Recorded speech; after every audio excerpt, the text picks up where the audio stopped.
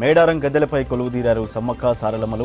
చిలకలగుట్టలో కొలువైన సమ్మక్క తల్లిని గురువారం రాత్రి గద్దెలపై ప్రతిష్ఠించారు గిరిజన పూజారులు. ఆదివాసీ సాంప్రదాయాలు పూజలతో సమ్మక్కను గద్దెపైకి తీసుకొచ్చారు. సాయంత్రం చిలకలగుట్ట నుంచి బయలుదేరిన సమ్మక్క రాత్రి 9:20 గద్దెపైకి చేరుకుంది.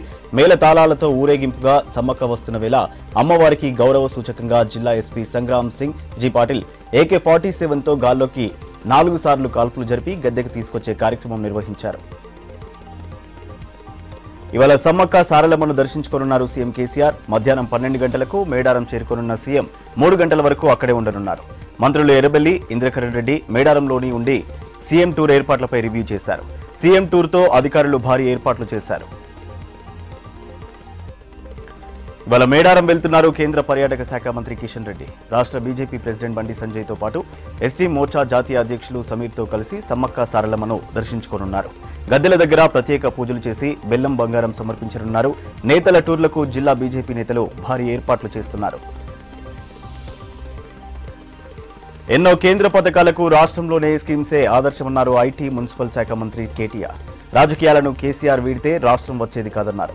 గురువారం మేడ్చల్ జిల్లా కండ్లకోయలో ఐటీ పార్కుకు మంత్రులు కేటీఆర్, మల్లారెడ్డి శంకుస్థాపన చేశారు. తెలంగాణ వస్తే అభివృద్ధి జరగదని, ఐటీ కంపెనీలు వెనక్కిపోతాయన్న ప్రచారం పటాపంచలైందన్నారు కేటీఆర్.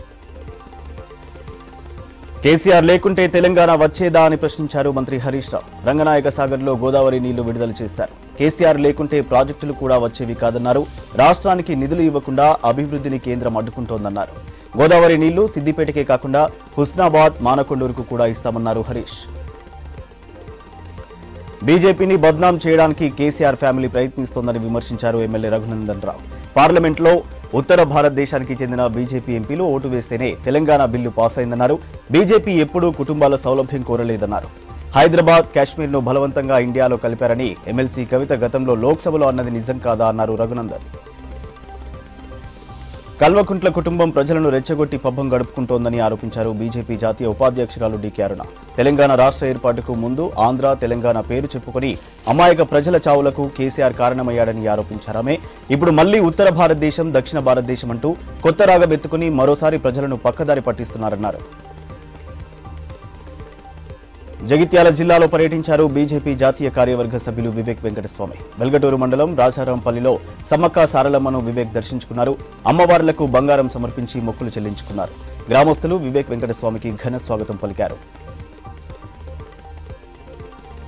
8 ఏళ్లుగా నోటిఫికేషన్ల కోసం ఎదురు చూస్తున్న నిరుద్యోగులు ఆత్మహత్యలు చేసుకుంటున్నారని విమర్శించారు పీసీసీ చీఫ్ రేవంత్ రెడ్డి.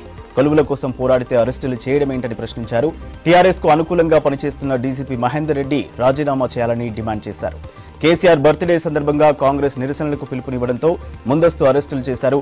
రేవంత్ రెడ్డిని పోలీసులు అదుపులోకి తీసుకుని గోల్కొండ పీఎస్కు తరలించారు. ఏపీ పునర్విభజన సమస్యల పరిష్కారం కోసం కేంద్ర హోంశాఖ ఏర్పాటు చేసిన త్రిసభ్య కమిటీ వర్చువల్ గా భేటీ అయింది.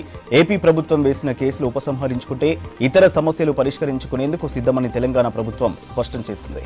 ఆంధ్రప్రదేశ్ స్టేట్ ఫైనాన్స్ కార్పొరేషన్ విభజన, ఏపీ విద్యుత్ పంపిణీ సంస్థలకు అంశాలపై డిస్కస్ చేశారు. తెలంగాణ చెల్లించాల్సిన బకాయిలు, పన్నుల విషయంలో లోపాల తొలగింపు, నగదు నిల్వలు, డిపాజిట్ల విభజన, ఏపీ తెలంగాణ సివిల్ సప్లైస్ కార్పొరేషన్ల క్యాష్ క్రెడిట్ వ్యవహారంపై కీలకంగా చర్చించారు. భేటీ కొన్ని అంశాలపై రెండు రాష్ట్రాల మధ్య ఏకాభిప్రాయం కుదరలేదు. హైదరాబాద్ కోటిలోని హెల్త్ డైరెక్టరేట్ ప్రజా దర్బార్ నిర్వహించింది. వైద్యారోగ్య శాఖ 317 జీవోతో ఇబ్బంది పడుతున్న ఉద్యోగులు నెల రోజులుగా హెల్త్ డైరెక్టరేట్ చుట్టూ తిరుగుతున్నారు. విషయం తెలుసుకున్న హెల్త్ డైరెక్టర్ శ్రీనివాస్ ఆఫీస్ ముందు ఉద్యోగుల సమస్యలపై మాట్లాడి వాళ్ళ అప్లికేషన్స్ తీసుకున్నారు. వారం రోజుల పాటు ప్రజా దర్బార్ నిర్వహిస్తామని చెప్పారు. జెన్యూన్ అప్లికేషన్స్ పరిశీలించి బదిలీ చేస్తామన్నారు హెల్త్ డైరెక్టర్ శ్రీనివాస్. హైదరాబాద్ ఎర్రగడ్డలో గంజాయి నుంచి తీసిన యాష్ ఆయిల్ ను అమ్ముతున్న ముగ్గురిని పట్టుకున్నారు అమీర్పేట ఎక్సైజ్ పోలీసులు. నిందితుల నుంచి 6 లక్షల విలువైన యాష్ ఆయిల్ బాటిల్స్ లో పాటు 3 సెల్ ఫోన్లు, ఒక 2 వీలర్ స్వాధీనం చేసుకున్నారు. గంజాయితో పాటు యాష్ ఆయిల్ స్మగ్లర్లపై దృష్టి పెట్టామన్నారు అమీర్పేట ప్రొహిబిషన్ అండ్ ఎక్సైజ్ పోలీసులు. డ్రగ్స్ వాడినా, అమ్మినా కఠిన చర్యలు తీసుకుంటామని హెచ్చరించారు. ఇతర రాష్ట్రాల వాళ్ళు పంజాబ్లో ఉండొద్దంటూ పంజాబ్ సీఎం చన్నీ చేసిన కామెంట్స్ పై మండిపడ్డారు ప్రధాని మోడీ. గురు రవిదాస్ వారణాసిలో పుట్టారని, అలాగని పంజాబ్లో ఆయన పేరును తుడిచేస్తారా అని ప్రశ్నించారు. కుటుంబవాదులు కరోనా వ్యాక్సిన్ ను బీజేపీ వ్యాక్సిన్ అన్నారని ఆగ్రహం వ్యక్తం చేశారు. మోడీ, యోగి కరోనా వ్యాక్సిన్ అంటే కొందరు భయపడుతున్నారంటూ సెటైర్ వేశారు. యువత జీవితాలను డ్రగ్స్ నాశనం చేస్తున్నాయన్నారు కాంగ్రెస్ నేత ఎంపీ రాహుల్ గాంధీ. పంజాబ్లో డ్రగ్స్ కట్టడికి కఠిన చర్యలు తీసుకుంటున్నామని చెప్పారు. డ్రగ్స్ కట్టడి చేయకుండా పంజాబ్లో అభివృద్ధికి అర్థం లేదన్నారు. ఫతేగఢ్ సాహిబ్లో గురువారం ఎన్నికల ప్రచారంలో పాల్గొన్నారు రాహుల్.